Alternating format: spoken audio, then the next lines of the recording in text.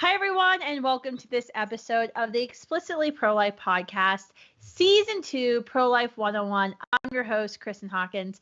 Thanks for tuning in today. We have a very special show. A good friend of mine from a number of years back, Connie, I first met when we first launched Students for Life. So I'm so excited to introduce you to her. We're going to be talking about the history of the pro-life movement. To this day, it's one of the most requested talks that young leaders ask that I give them. So I thought it'd be time to go to someone who is there and lived a lot of this history and could give us a firsthand experience. Before I get to Connie, I want to show you our new face mask with Students for Life. This one's my favorite. It says make abortion illegal again. We also have Make America Pro-Life again, in case you want to get multiple versions and feel snazzy. We also have Vote Pro-Life First. And we also have the tried and true I Am the Pro-Life Gen.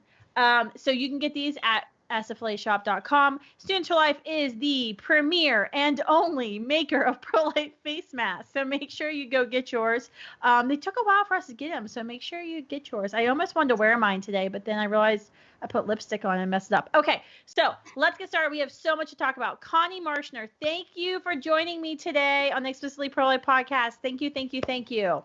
Oh, thank you for inviting me. I'm so excited to have Connie on. Connie is the president of Connie Marshner Associates. I want to read a little bit of her bio for you. So beginning in 1971, Connie worked with a small group of transformational leaders who were busy kind of founding what is today the modern Republican machine. So the Republican Study Committee.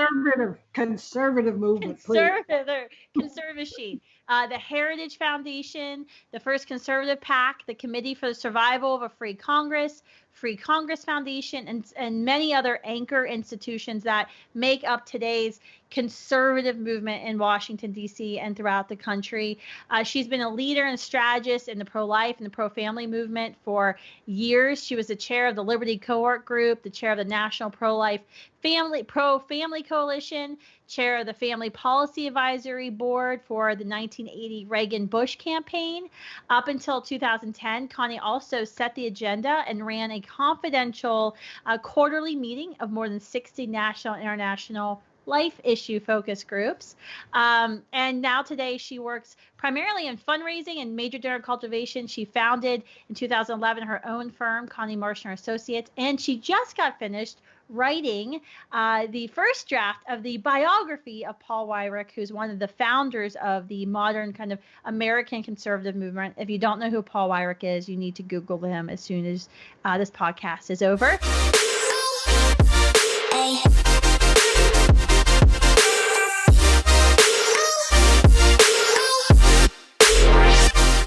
So Connie, thank you for joining me today. We have a lot to go over. And I wanted to first preface, like a lot of times when students ask me to talk about the history of the pro-life movement, I'm usually just regurgitating you because you came to one of the very first Students for Life trainings we hosted for our regional coordinators back, and I think, 2006 or 2007. So it was the first or second year. And I asked you, I just met you, I think, and we were like, we need Connie to give the history of the pro-life movement.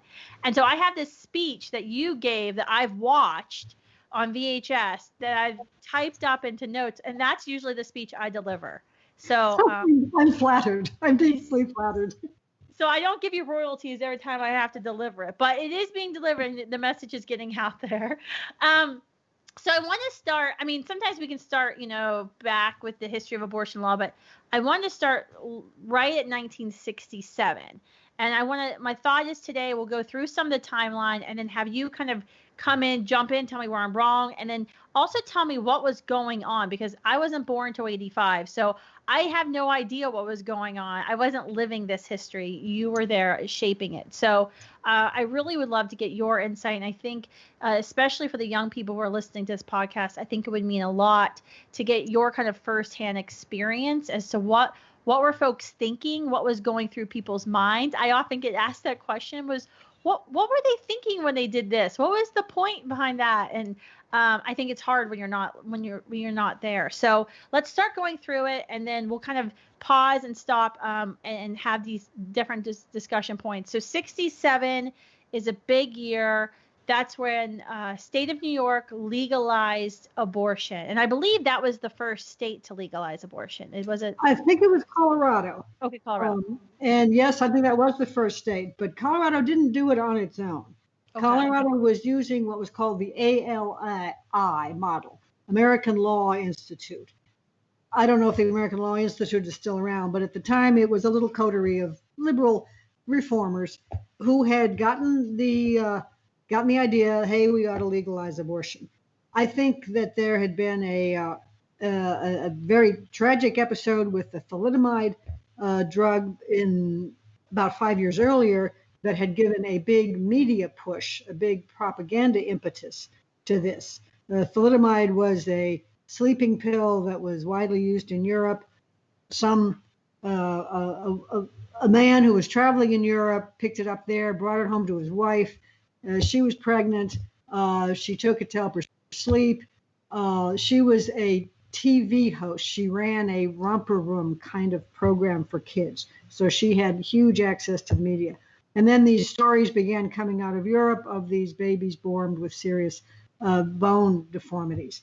And she realized she had taken the same drug, and so she began demanding an abortion.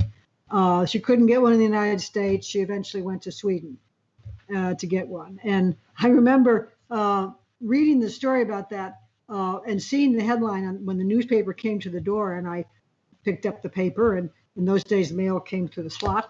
And I said to Mother, what's an abortion? And she said, oh, that's killing a baby before it's born. And I kind of went, I was like junior high maybe. And I went, before it's born, killing before it's born. It never had occurred to me that you were alive before you were born, which I think is kind of revealing that, you just don't, a kid naturally doesn't think about life before birth, which makes the job of what the pro-life movement is doing so much more important, is that we're getting that idea across to people at very young age. Mm-hmm. But anyhow, so that was the ALI bill.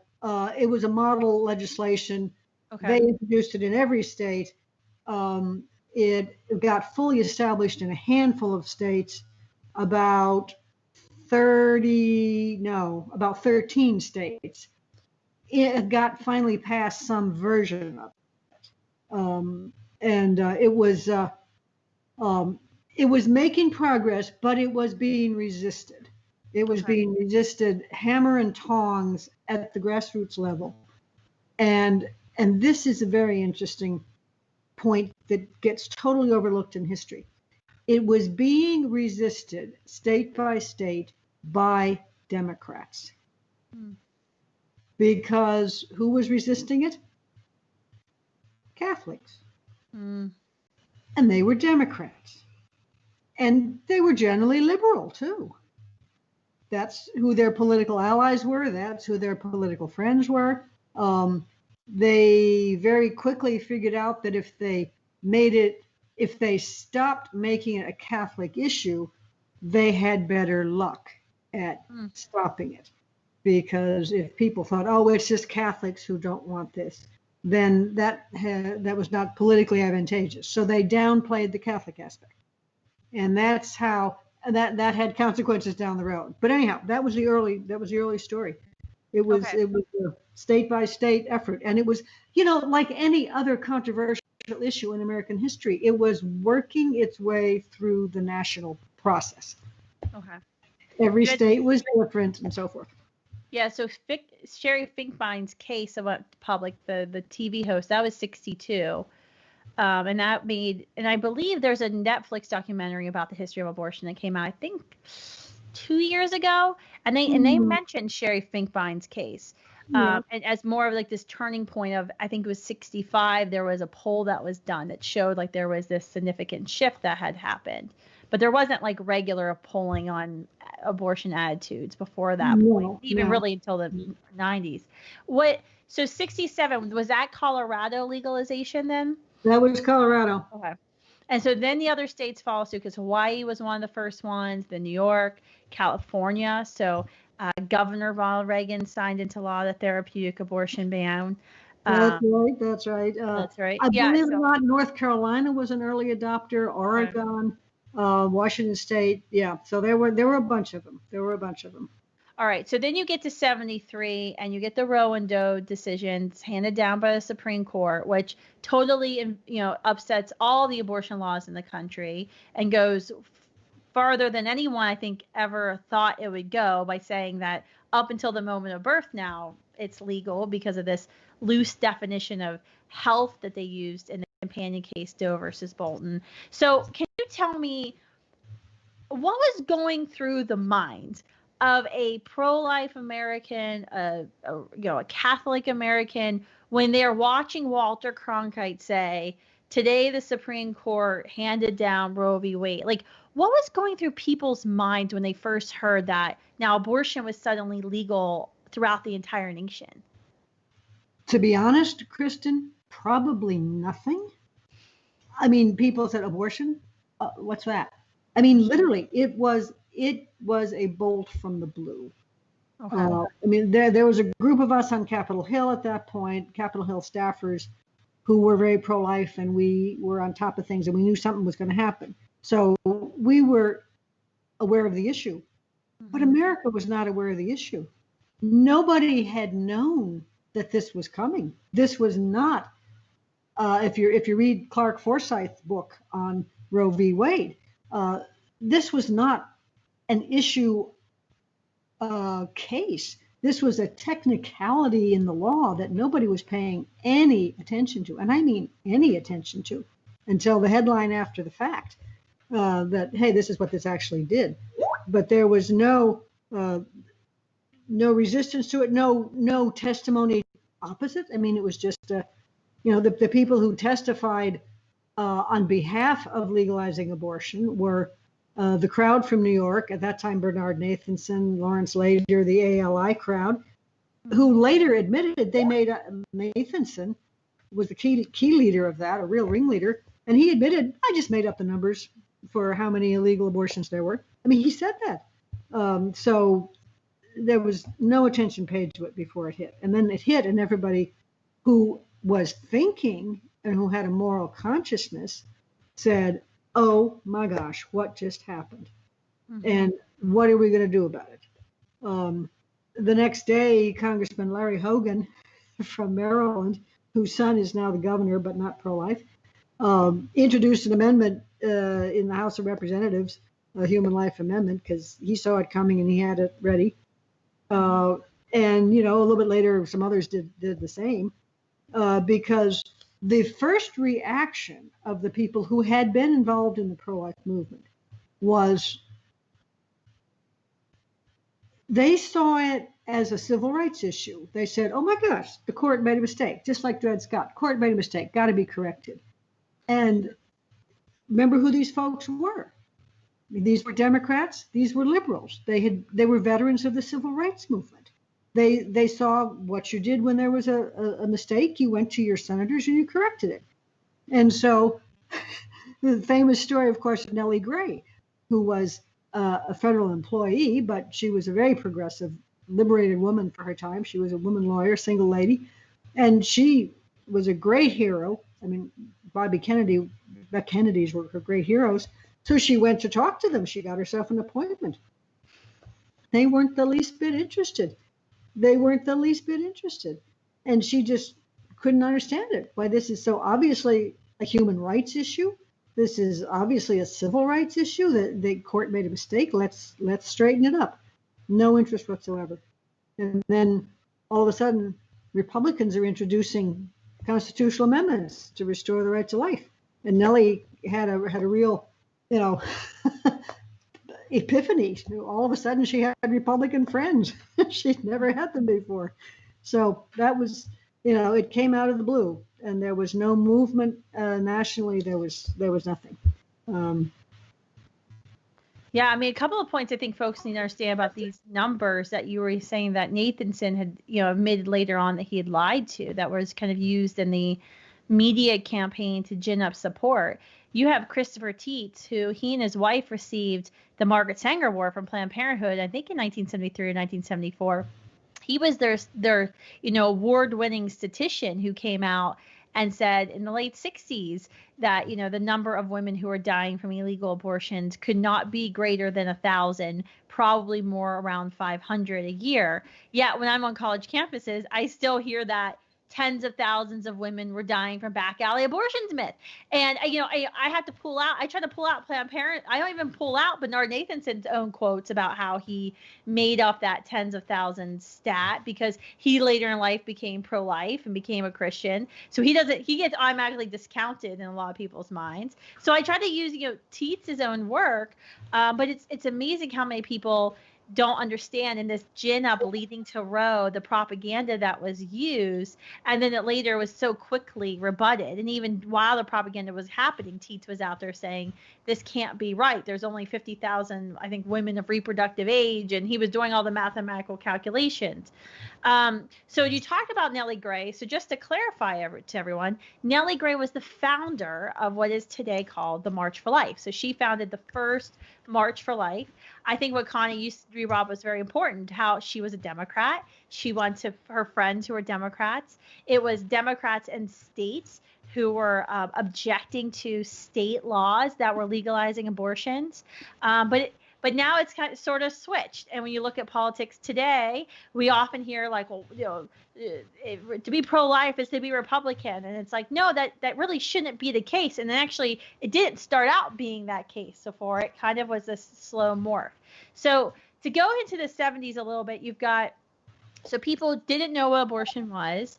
You've got Nellie Gray walking around D.C. trying to get people ginned up to be angry about the Supreme Court decision. She starts the March for Life. Now, 1976, 1978, you had the first passage of the Hyde Amendment, which is very important, as you know, because the Democratic Party, as of 2016, is calling for repeal of Hyde. Joe Biden, who's running for president, has now, even though for years he supported Hyde, now he's against it. And Hyde is very important because Hyde prevents federal taxpayer dollars from funding abortion on demand in all 9 months for whatever reason. You can still use federal dollars in Medicaid. So if you're under a certain income threshold, you qualify for Medicaid. If you're on Medicaid, you can get an abortion that is taxpayer funded. I believe if it's rape, incest, or the life of the mother is at risk. But other than that, federal money can't be used, but state money can be used. So some states fund abortion in their state Medicaid programs. But Hyde is huge and extremely important. Do you know how that came about with the Hyde Amendment, Connie? Well, that was 76. Conservatives, this little coterie of conservatives who were staffers, were trying to get the abortion issue grafted onto the Republican agenda. Okay. And one of the things that was needed was to have a record vote that would make it clear which members of Congress were pro-life and which ones were pro-abortion. Because back in those days, I mean, cast your mind back, there were no voter guides, there were no vote records, nobody was tracking votes. The congressman could go home and sound very pious, and nobody knew how he had voted. So getting a vote that would clearly separate the sheep from the wolves, or the sheep from the goats, I guess, although they are wolves, aren't they, was very important. And so Hyde offered to introduce this amendment. Mm-hmm. And it passed because, I mean, how can you expect, at that time, the freedom of the sacredness, I should say, of the individual conscience had some respect in Congress. And the idea of compelling somebody to pay for something that was so clearly against their conscience was abhorrent. Mm-hmm. And, if people have a conscientious objection to abortion, they shouldn't be required to pay for it through their tax mm-hmm. dollars. And so that case was not too difficult to make. And then that then became helpful in making the right to life issue a campaign issue from 76 on. We can talk about that later. Yeah. No, I mean, I think it's something that it's interesting that up until 2016, it was something where even Democrats, current Democrats, would say they would support Hyde. Barack Obama said he supported the Hyde Amendment. And then it suddenly became this thing where it's, I think the Twitter hashtag they're using is "Be Bold and Hyde," which is fascinating considering that the vast majority, well into the 80 percentile, when you poll it, of Americans still say that no, even if I agree with abortion, I don't think I should force someone else to fund it.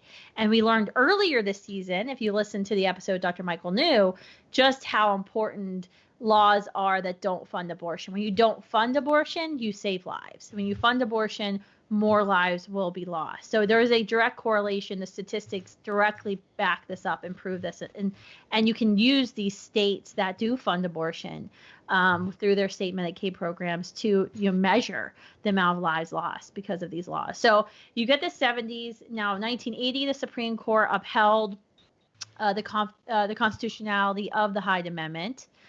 You've got Ronald Reagan, who's elected president. Well, now if you want to hold on just a second. I mean, all right, back me up. Yeah, back up. Go back to like about 74, 76. Okay. 74, post-Watergate reforms created a legal entity known as a Political Action Committee, PAC. Weren't there before. Paul Weyrich, whom we mentioned earlier, organized the Committee for Survival of a Free Congress. It was the first conservative PAC, and he having grown up in the blue-collar labor neighborhood, he knew how labor unions organized and got out the vote, and he knew the Republicans didn't do that. And he was pro-life. He happened to have been a reporter in Denver when Colorado enacted the abortion liberalization. So then when he came to Washington a couple years later, he came with a very clear goal in mind to get this abortion issue taken care of, hopefully.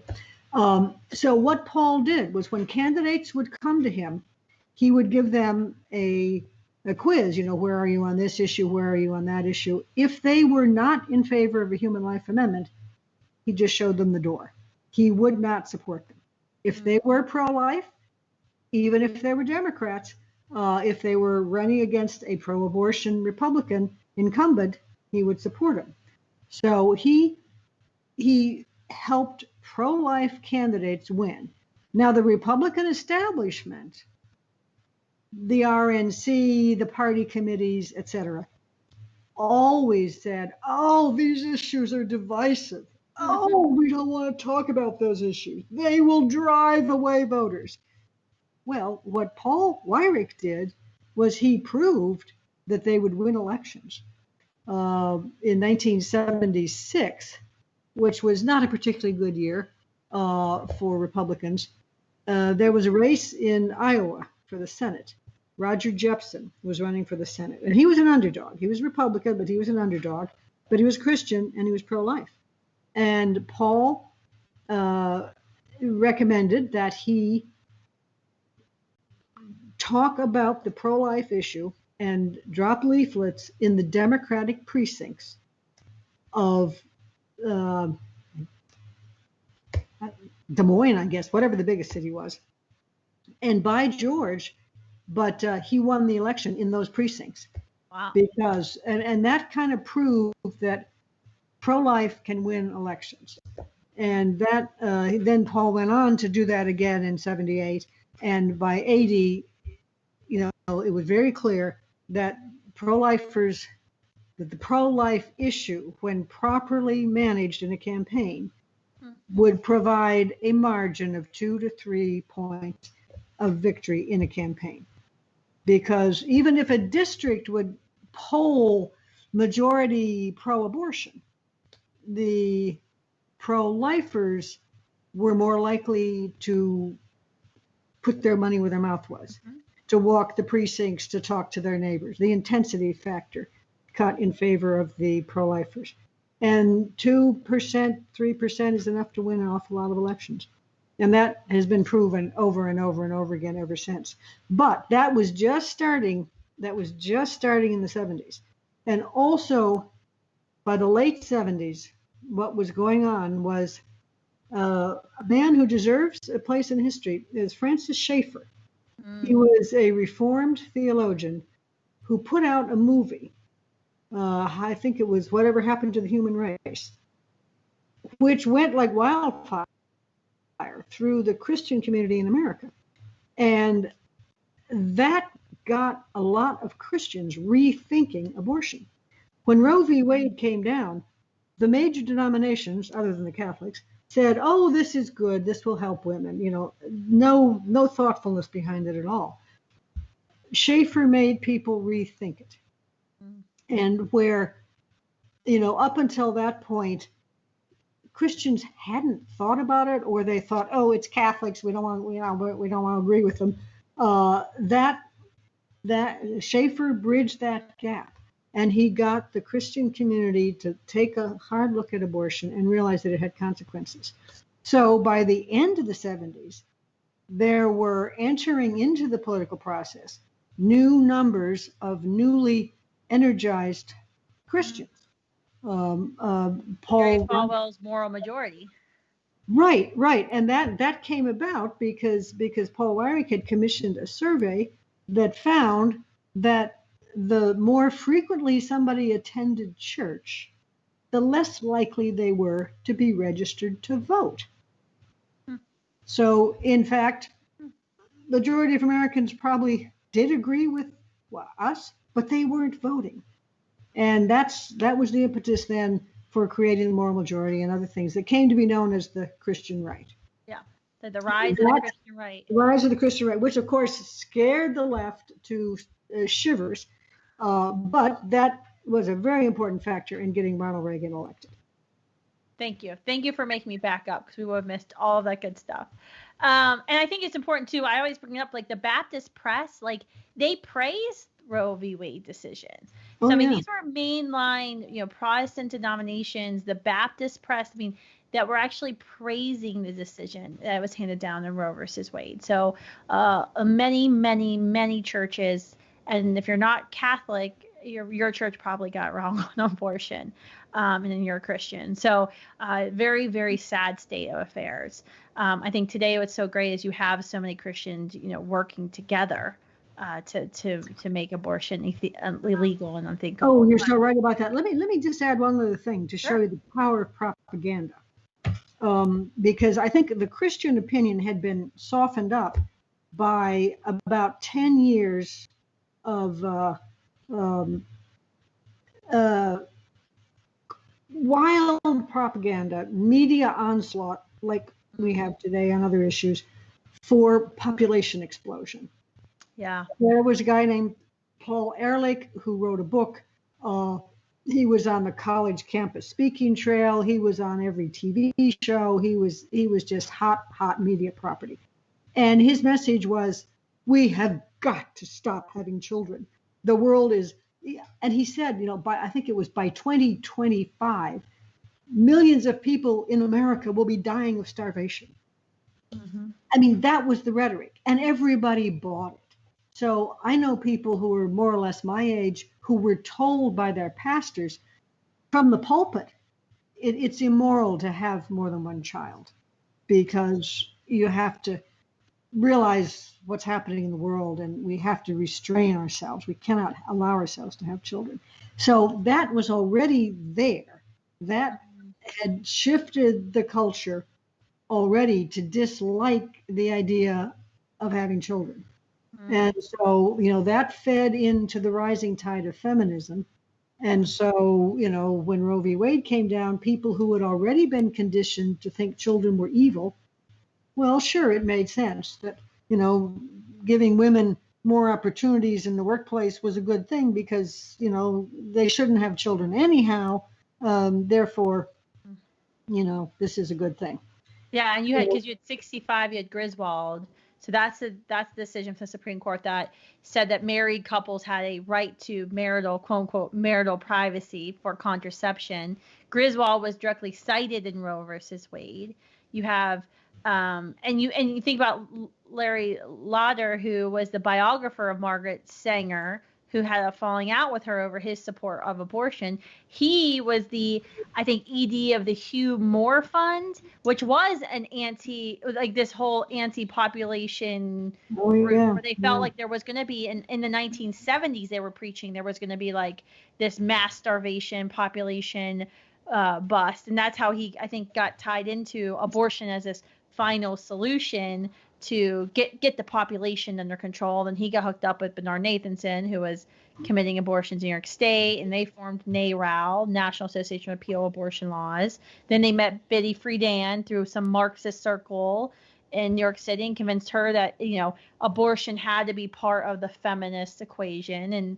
And Bernard Nathanson later in life, as you know, when he became pro-life, spoke openly about that they knew they had to get like abortion out of this like upper white middle class male thing into this new movement, which was women's rights. And right, and all for the sake of reducing population.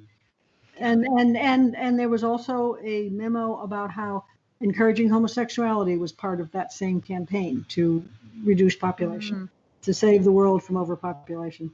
Oh different issue, but yeah. You just opened up a whole new can of worms, Connie. I know. No, you can edit that out. No, we'll leave it in there. I think it's very important. But it's definitely something that I don't think a lot of people talk about, but it all goes back to. Well, it shows how the issues are all interwoven. And you have to realize that if you're going to be successful in combating them. That's right. All right, so we kind of now, I think, understand a little bit where a road came from and what America's view was when it was handed down. You've got the 1980s. We know how we got to the 1980s with this rise in the moral majority and all these Christians now getting activated, voting. You have this big sweeping election for Ronald Reagan. So what is the pro-life movement strategy in the 1980s? Because it started off very political, but I would say it ended very much at a grassroots level, with a lot of folks being dissuaded from politics and then going into starting Operation Rescue, that the blockades of the abortion facility, or starting a pregnancy center.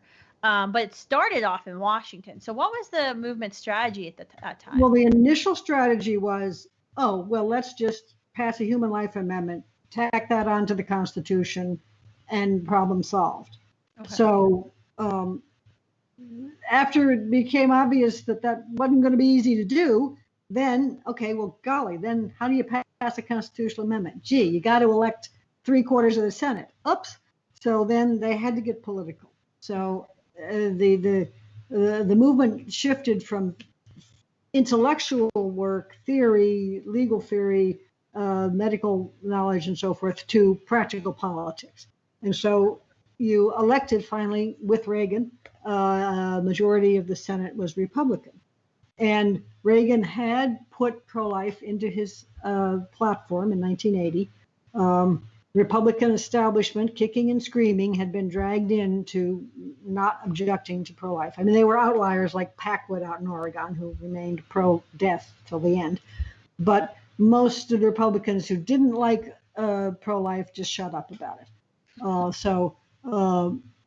Then you had the chance, 1980, 81, 82, sorry, not 80, 81, 82, could not pass a Human Life Amendment to the Constitution. And so then the strategy became, I guess we're going to have to hope for a new Supreme Court. We're going to have to wait till another court comes along and overrides Roe v. Wade.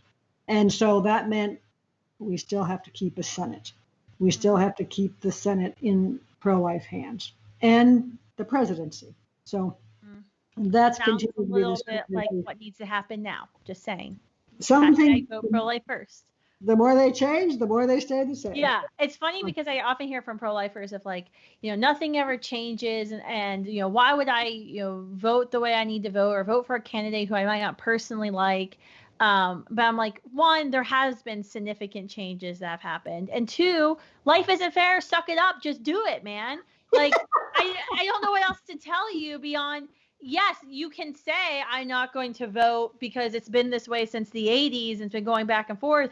But what is the consequences of your bad behavior? Like, what could lives will be ended. Like, we know exactly what those who advocate for abortion, what their plan already is for a pro-abortion president and a pro-abortion Senate. So you don't have to like them, but you have to suck it up and do it anyway. And guess what? Life isn't fair. So sorry. All right. So No, absolutely. So it's like I've had this conversation like a bajillion times this year or something. And because, at the beginning, at the beginning, I mean, when Hyde was first enacted, there were 100 or so pro-life Democrats in Congress who would vote to enact the Hyde Amendment. They ain't there anymore. I mean, there may be, 2 pro-life members of Congress at this point, because the life issue became absolutely toxic to your career if you were a Democrat. As the Democrats moved further to the left and intermingled their issues, the abortion issue, I mean, Jesse Jackson was pro-life at one point, but by the time he spoke at the March for Life, I believe, in the late 70s. Oh, I had forgotten that. Wow. Yeah, I mean, he was. I really want to find the video footage of that. Oh, wouldn't that be wonderful? Video wasn't around much then. Other people were too, but Al Gore. Okay, his wife certainly. His wife was a Christian. I think that's probably true. There are other people, but once they got Bob Casey was the governor of Pennsylvania. He was a Democrat. Supreme Court decision named after him. What year was it that the Democratic Party would not allow the end of the 90s, wasn't it? I wanted to say 94, but it could have been 96. But yeah, wouldn't allow him to speak at their convention. Wouldn't allow him to speak at the convention simply because he was pro-life, and that was really the cutting of the last connection between the social justice, the old idea, the old concept of social justice, and the modern, Democratic Party. Yeah, and it's interesting because the Democrats rallied around this pro-abortion stance, whereas the Republicans were kind of drag kicking and screaming into becoming pro-life. You had Phyllis Schlafly, who's like the reason why there's that strong pro-life plank in the Republican Party platform, who had to fight a lot of people to keep it in there. And every year it's a fight. And you have this whole like, oh, we're a Republican Party, we're big tent, you can be anyway on abortion, and we're still accept you. And then you have the Democrats where they demand ideological purity, and it always comes back to bite the Republicans in the butt, because the first 2 years of the Trump administration, you had a Republican-controlled Senate, but we couldn't get anything done because it wasn't a Republican pro-life controlled Senate. It was just a Republican controlled Senate. And so you had the Republicans who were in charge, supposed to be the life party, but then we couldn't defund Planned Parenthood. We couldn't pass any of these important bills, pain capable legislation, because we had pro-abortion Republican women sitting in there, sabotaging everything and refusing to even vote on the Supreme Court nominee. And I know that there were trades for that of, fine, we'll let you kill this bill, but you've got to vote for the Supreme Court nominee. So I'm sorry, and I hear your complaints if you don't like to vote for Republicans all the time in national elections. But sometimes you just, you got to do what you got to do. And we want an actual diverse party. I mean, that's what's really interesting with the pro-life movement is I actually think we'll know we've won, Connie, when we have Democrats, the National Democratic Party and the National Republicans all fighting for the pro-life vote. That's what we really want. Oh, Kristan, may you live so long to see that. Hey, with Students for Life Action, we've been trying as much as possible. I've been trying to find pro-life Democrats in states that we can support, knock on doors for, because these guys and ladies, they get attacked by their own party. They get run by. Well, of course they do. That's why I'm wondering. Do you have any? Do you get any? There are some. We actually campaigned and really? to educate voters in New Mexico, and he lost though because he was one of the single Democrats that stopped a horrendous bill in the state of New Mexico for passing. A New York state, like a all 9 months for whatever reason law, stopped it as a Democrat, and they around the party came out primary against him. And there we were calling Democrats, trying to convince them to vote pro-life in the election. I can tell you how some of those phone calls went. They didn't go so well. But all right, so you have the 80s, you have this political fight there's a human life bill and there's a human life amendment. And I think it's important to note there was two different strategies. The amendment is much more permanent, but it's a much more difficult thing. If you you can go back to Government 101 if you want to understand how to pass an amendment. Right. I think it's important to know there was infighting in the pro-life movement at that time, though, about what type of strategies should we push through. There was like the pro-amendment folks and the pro-bill folks, and the bill folks were like, we're the pragmatists, this is the easier way. The amendment folks were the I'm true believers. And I feel like we should bring that up because that fight manifested itself again in the 90s when it came to the issue of partial birth abortion. And then do we work towards eliminating and making legal certain types of abortion, which aren't going to, in the long run, dramatically reduce the number of abortions, but will certainly have an overall impact in the movement, which we can get to and how those work. But we still hear those fights today. Like there's some social media groups. There's one group I know that like makes memes on my face all the time. And when I say defund Planned Parenthood, and me saying defund Planned Parenthood apparently means I don't want to abolish all abortion. I mean, so it's you haven't gone as far as we want you to go, and unless you advocate for a law. So I mean, these are the fights that you fought in the 80s that happened in the 90s. You saw again, and they're still happening in 2020. Of you're not with us on this law. And it's like, of course I'm with you. I just actually want to get this one actually passed because that one has no chance in hell of passing. That's really that you put your thumb on it. I mean, it's prudential decisions of what has a chance of passing, and reasonable men may differ. The devastating thing, the circular firing squad, is formed when folks with different strategies and different tactics, sometimes based upon different understandings of the electorate, have their arguments in public. And even worse, they write them in the mail to their donors. At the time of the Hatch-Helms fight in the early 80s, there were senators who would be asked by a pro-life group in their state to support this bill. And they'd say, great, sure, happy to, love you. Then they'd join on. And then, 2 weeks later, they'd be blasted in the newsletter of another pro-life group in their state, telling them he was selling out. And, finally the senators just said, a pox on both your houses. I can't keep up with who's my friend and who's going to support me. I can't keep up with your fights, folks. You get your act together and then, then come and see me. And you can't have the fights in public. That's so self-destructive. I would like to say we've learned our lesson. But it's human nature. Satan gets too much of a field trip watching us. I know. That's that one time. Why haven't we ended abortion? And I think that was exactly, it was like Satan. It's human nature. Yeah. That's why we haven't ended abortion, especially when you look at the 80s when you had Ronald Reagan, you had the 84 sweep, you had the Republican House, you had the Republican Senate, and we still weren't able to get the job done, even though you had people in positions of power who could have gotten the job done.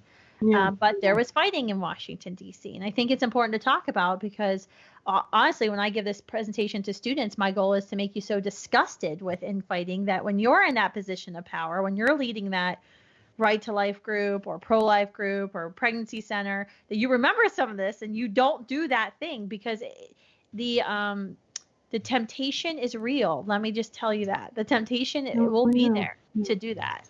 And you have to check yourself a little bit.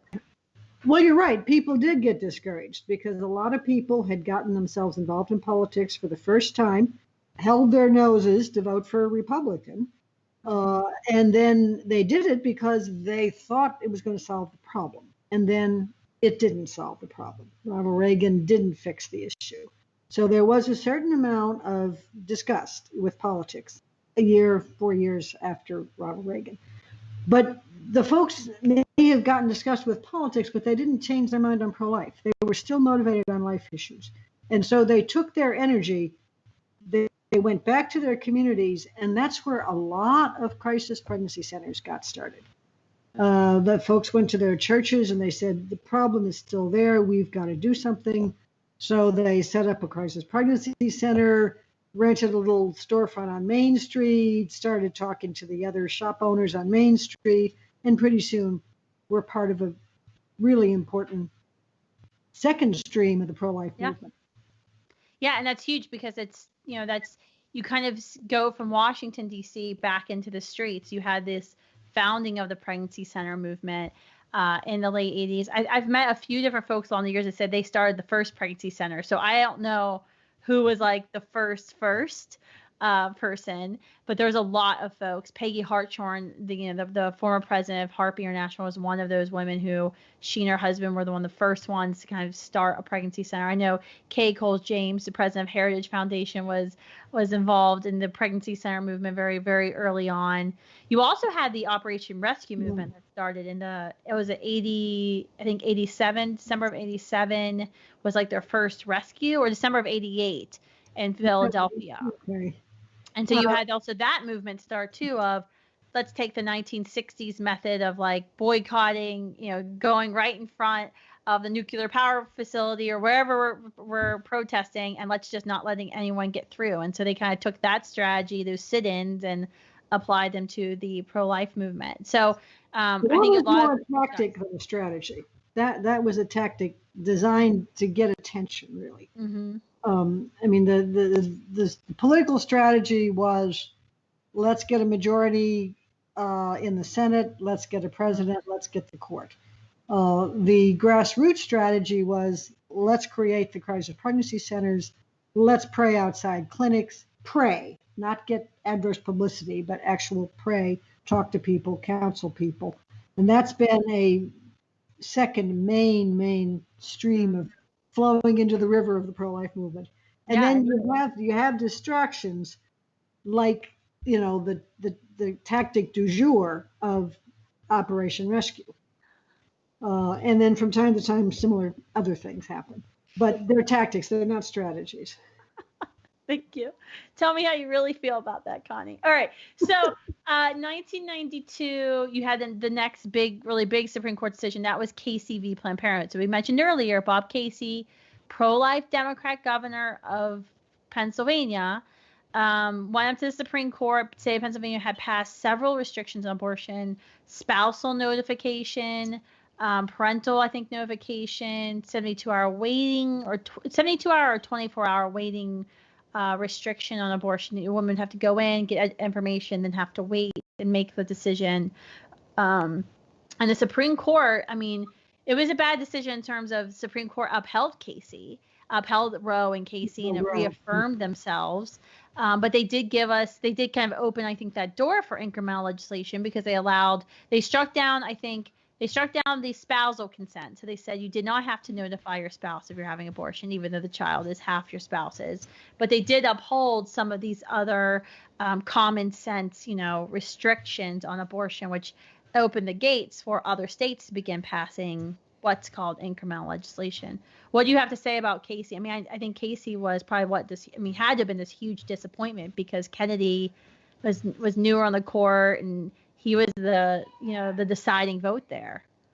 Well, Casey got rid of the trimester scheme, and it did crack the door just a little bit to some states to regulate it, which that wasn't the only thing, but it did crack the door a little bit. And also around the same time, which was 92, was the beginning of the partial birth abortion issue. And that, and this at this point now, that was going back to the talk about infighting. There were those who said, why should we spend our energy, pardon me, why should we spend our energy on this? It's really only going to affect so few babies' lives. But at this point, our side was learning propaganda, because talking about partial birth abortion, you couldn't talk about it and be a pro-abortionist without really losing face. I mean, that was one that got people thinking about what abortion really is. Just talking about that issue. And it went on for years. It was voted on how many times in Congress? Before Clinton vetoed it, how many times? Twice. Yeah, I mean, it passed. It passed. And I remember one of the great. Those were dark years for the pro-lifers on Capitol Hill, especially when Clinton was in office. Oh my gosh, because the FACE Act, all the nonsense going on with demonstrations, etc., with Operation Rescue, and that produced the FACE Act that brought all kinds of crazies out of the woodwork, and so you Can had you explain to everyone what the FACE Act is? free access to clinic entrances, I think Yes. it is. When the rescue movement was at its height, it was very tough to be a pro-lifer because people who watched the regular media, and that's all they knew about the pro-life movement, really were afraid because people were getting shot. Not by pro-lifers, but you never would have known that to see the news coverage. So this was a federal statute to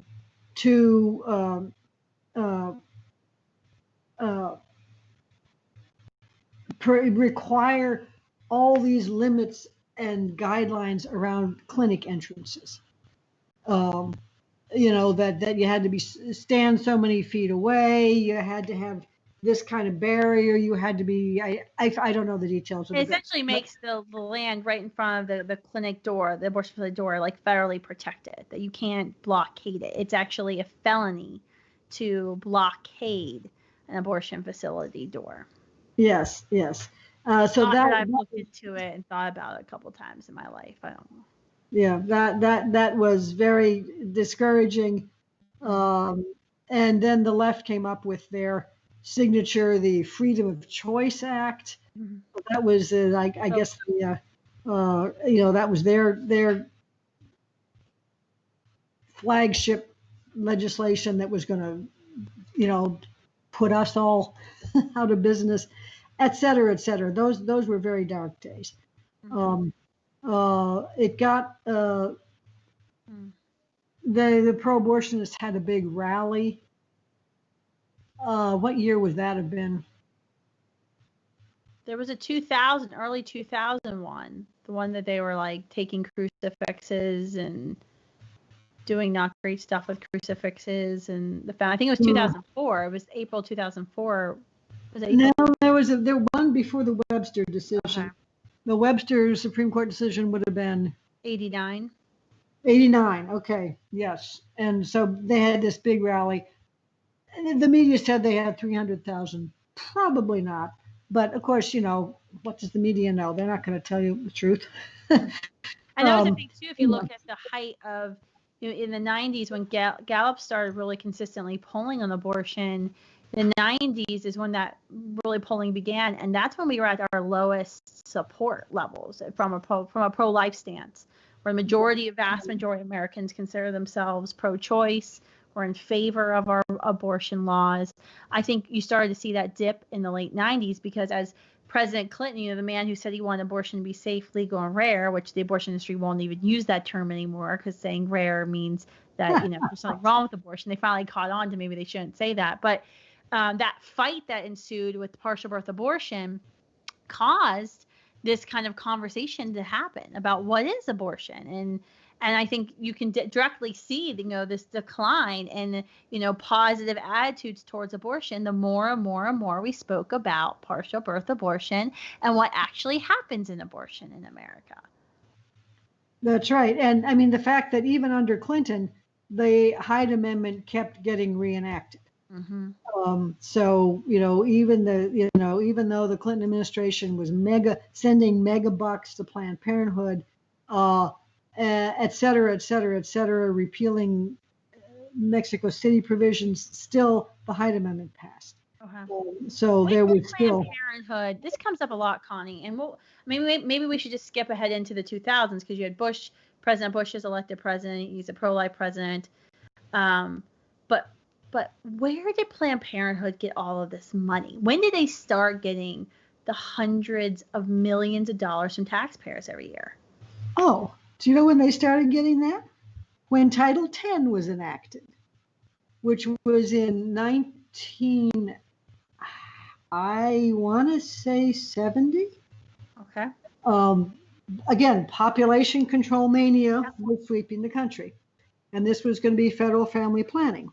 Mm-hmm. Now, to put it in context, it was just federal dollars for population control, as opposed to some of the things that were being proposed, which were ideas like deny tax exemption to more than 2 children. Oh my God. I mean, there were like really, really far out, massively, majorly controlling legislation that was being introduced. Wasn't going anywhere. So this was, Title X was mild. I mean, and it wasn't declaring a national population policy. We had declared an international population policy at the State Department. And so we were making enemies all over the world by forcing client countries to take family planning in return for foreign aid. And that brought down the Shah of Iran and other places, but that's another story. We weren't at least creating a national federal population policy, but we created Title X. Mm-hmm. Which is still in existence today. Which is still, and has never been open to hearings. There have never been hearings on it, never been an evaluation process. Planned Parenthood controls the game board. And you know what? It always has. If you go back to the 1920s and the 30s, when prominent left-wing communist sympathizers would lose their jobs for, being blacklisted or their names coming out that they were members of the Communist Party, they would go to work for Planned Parenthood. Planned Parenthood was always there to pick up and take care of left-wingers who needed jobs. And that's the company they keep. Now, doesn't mean they weren't Republicans, because when you look at the founding, I guess everybody today knows about Margaret Sanger's ideology, but it does need to be said that she was not unique. Those ideas of racial superiority were the standard. That's right. The standard thinking among the elite classes. Mm-hmm. I mean, if you went to the Chautauqua meetings in your town, you would hear that, because that was just the intellectual style.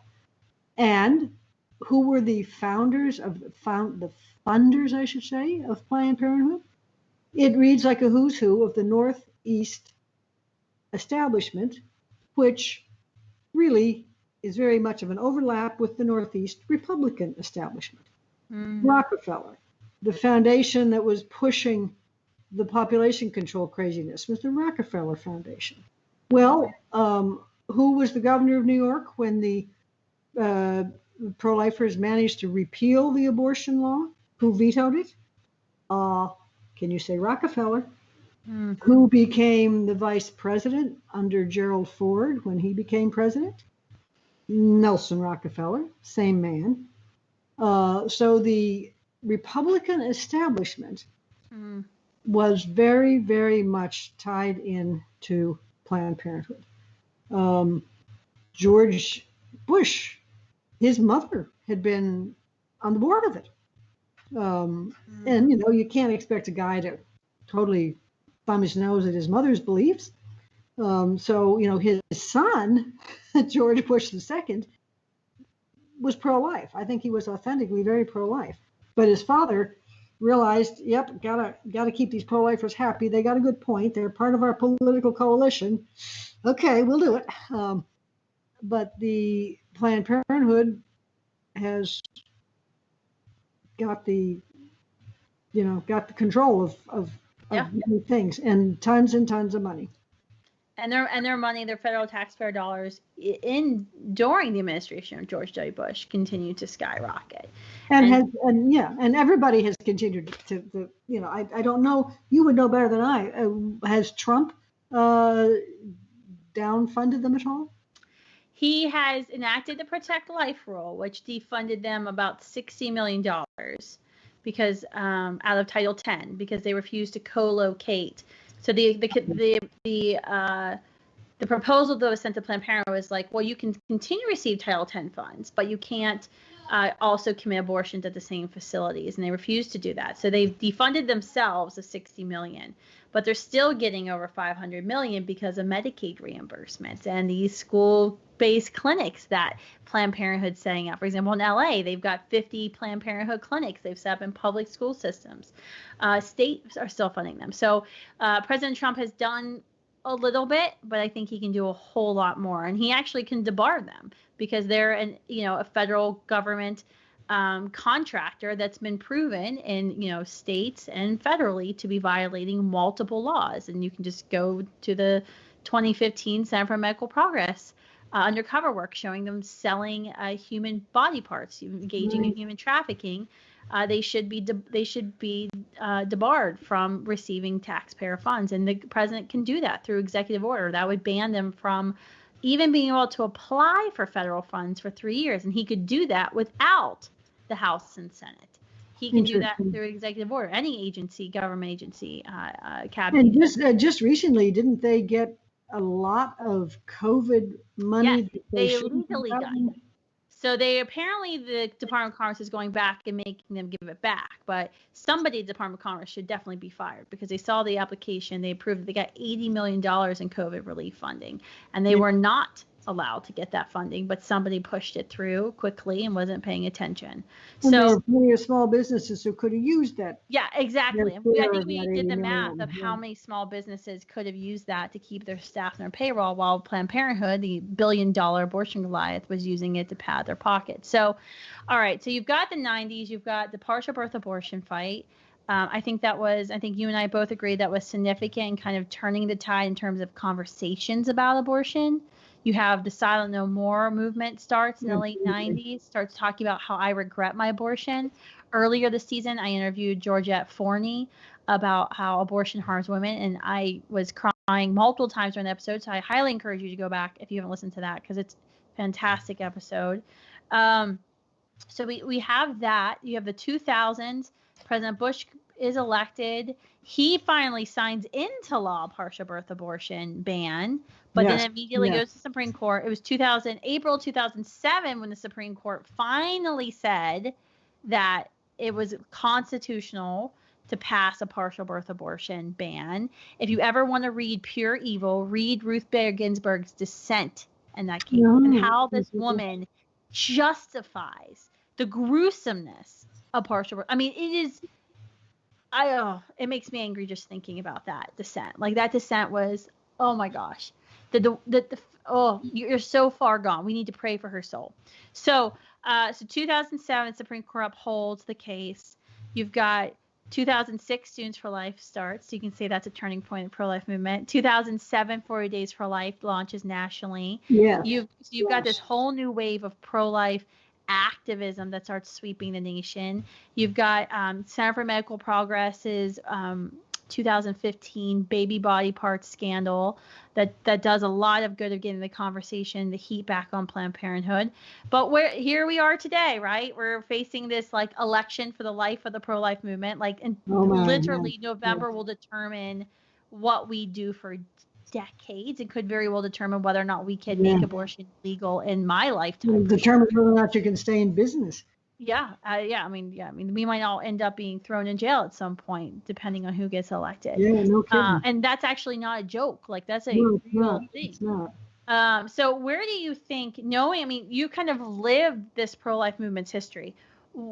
What do you think are some of the biggest lessons and takeaways that you want me and anyone else listening to take to heart and to think about, and what we need to think about for the future of our movement? Well, I think the biggest single takeaway is never give up hope, because you never know what's around the corner. I remember it was a really dark time when the partial birth thing was being fought out.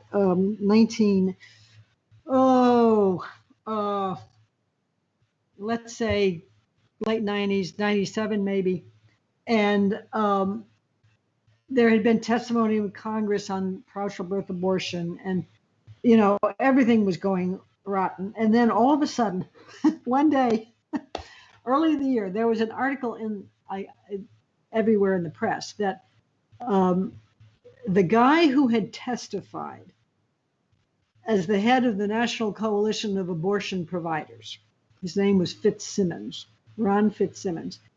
He told reporters that, he said, I just lied through my teeth. And that was his phrase. I lied through my teeth when I said that partial birth abortion was very rare. He said to the reporters, I was just spouting the line of all the other, pro-abortion people. And that really helped. I mean, that was a big morale boost at that time. Truth will come out from time to time, and it will benefit us. So I remember being so encouraged by that, just out of the blue. It may have had an effect down the road because it discredited them a little bit. Mm-hmm. Another thing that I take encouragement from this. I remember right after Roe v. Wade, way back when, a group of us were having a conversation, and the conclusion of the conversation was, well, if we don't get this thing changed soon, we'll never get it changed, because the more it goes on, the more everybody will know somebody who had one or helped somebody get one, and the less likely anybody will be to speak out against it or want to repeal it. Mm-hmm. And for a long time, that was very true. But in the last several years, what I've seen, thanks, I think, probably a lot to your work, is that, yeah, it's true that everybody's got some connection with abortion, but you know what? It's a negative connection. Mm-hmm. And the more people speak out about the negative consequences of abortion, the more people think about it, and the more personal they think about it. I mean, when it stays at the level of ideology, then it's, it gets caught up in the political divisions of the day. But when people can actually think about it and talk to somebody who has suffered from it and regrets it, that has been a huge benefit. There's a whole movement out there, of course, we haven't even mentioned, about the I Regret My Abortion movement, and that's had a huge impact. That and the work of, person-to-person evangelism for the pro-life cause. That's politics is downstream of culture, and people talking to people, and one person changing another person's mind is absolutely indispensable. And as long as we can continue to talk to one another, there's hope. Mm-hmm. That's absolutely right. What are you looking for in the pro-life movement 2020, 2021? What are the things that are going to be on the horizon that you think we need to be paying attention to? Well, I'm probably not the best person to ask that question of, because I'm really not actively involved. Would love to be, but I'm really not. Time has, life has moved on to a different chapter, and so I'm an observer, but I am not on an inside at all.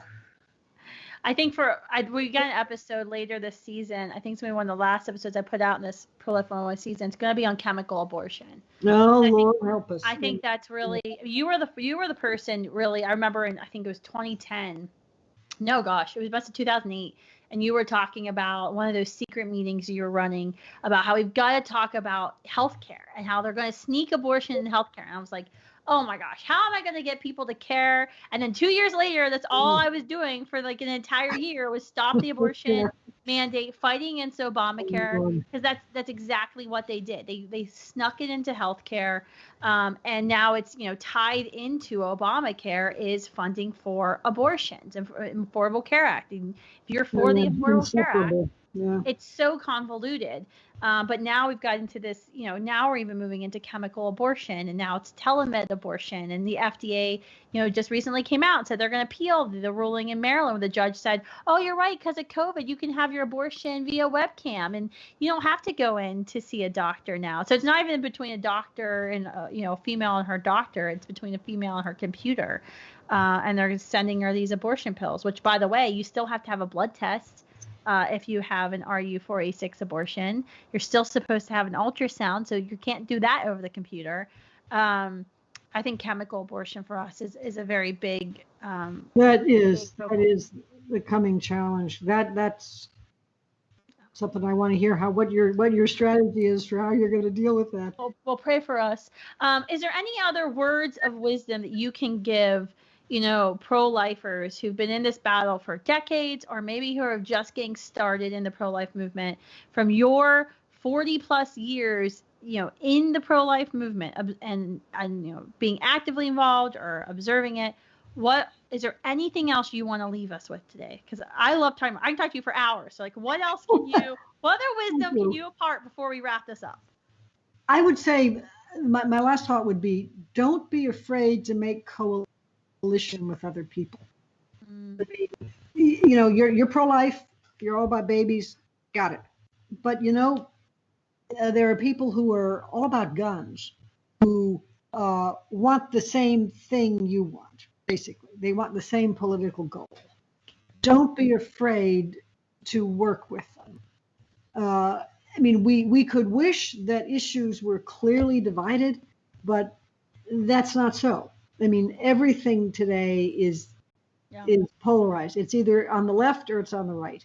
And nobody ever wanted the pro-life issue to be on the right, but it's including the Republican Party. Oh, especially the Republican Party. The old Republican Party. I think today might be a little bit different, but I don't know for sure. But it's inextricably enmeshed with other issues that are identified with the right, just as Planned Parenthood is inextricably a creature of the left. And as much as one might like to think, oh, I'm independent, I think for myself, I'm not left, I'm not right, history at the moment doesn't allow the luxury of standing in that place. You have to choose a side today. It's just that crazy. So it would be nice if we could be separate from any political alliances, but we don't have that luxury. Maybe someday again we will, but at the moment I don't think we do. Yeah, that's a good point, and that's a hard lesson I think a lot of us have begrudgingly had to learn, is that we can't be these silos, because we aren't Planned Parenthood getting hundreds of millions of dollars a year from taxpayers. So we are going to have to increase our grassroots ability. We're going to have to leverage the relationships that we have to increase our influence, our power. And say power, not influence. You don't want influence. Influence is you get invited to a meeting. I was trying to be nice about it. Power. We want power. Let me be very clear. Yes. We want power. Power is they vote the way you want them to. And that's got to be, that's not easy. It's contrary to the nature of a lot of Christians to even want to deal with power, let alone be comfortable dealing with it. But if we're going to prevail, if we have any chance of prevailing in the world of politics, we have to understand power and we have to be willing to exercise it. And at the moment, we don't have it. So the pro-life movement has to figure out how to get it. That's exactly right. And you've got to I think you have to know too, is you're not going to make abortion illegal, unthinkable, until you make it illegal. Those two things go hand in hand. I hear this fight sometimes of, well, we should just, completely step out of politics. We should only focus on serving the woman in need, in crisis right there in our community. And woman to woman will end abortion. Well, woman to woman, you will end some abortions, but you're not going to end them all. And it's a and or. It's not a one or the other. It's so frustrating to hear It's a this. both and, absolutely. Yeah, both and. You need both, and they have to go together. And I think it's kind of putting your head in the sand to say, well, I'm going to step away from politics and I'm just going to focus on person to person, which is maybe that's exactly where you've been called to be, and that's exactly where we need to be. But don't disparage another pro-life or another pro-life organization who feels called to fight in politics, because it's going to go hand in hand. You have to have each other. Yes. So, all right. Well, thank you, Connie, for all your wisdom today. I guess my last word is not original with me, but you work as if everything depends on you, and you pray as if everything depends on God, because both are true. That's absolutely true. Absolutely true. Thanks for joining me today on Explicitly Pro-Life, and thank you all for tuning in. Thanks for having me. Make sure you tell your friends, your family, subscribe to Explicitly Pro-Life. You're going to want to share this episode with everybody you know. You can check me out on Instagram and Facebook. I'm there, and you can follow me. And don't forget to go to SFLA shop and get your face mask. Make abortion illegal again. Hello. All right. Bye, guys.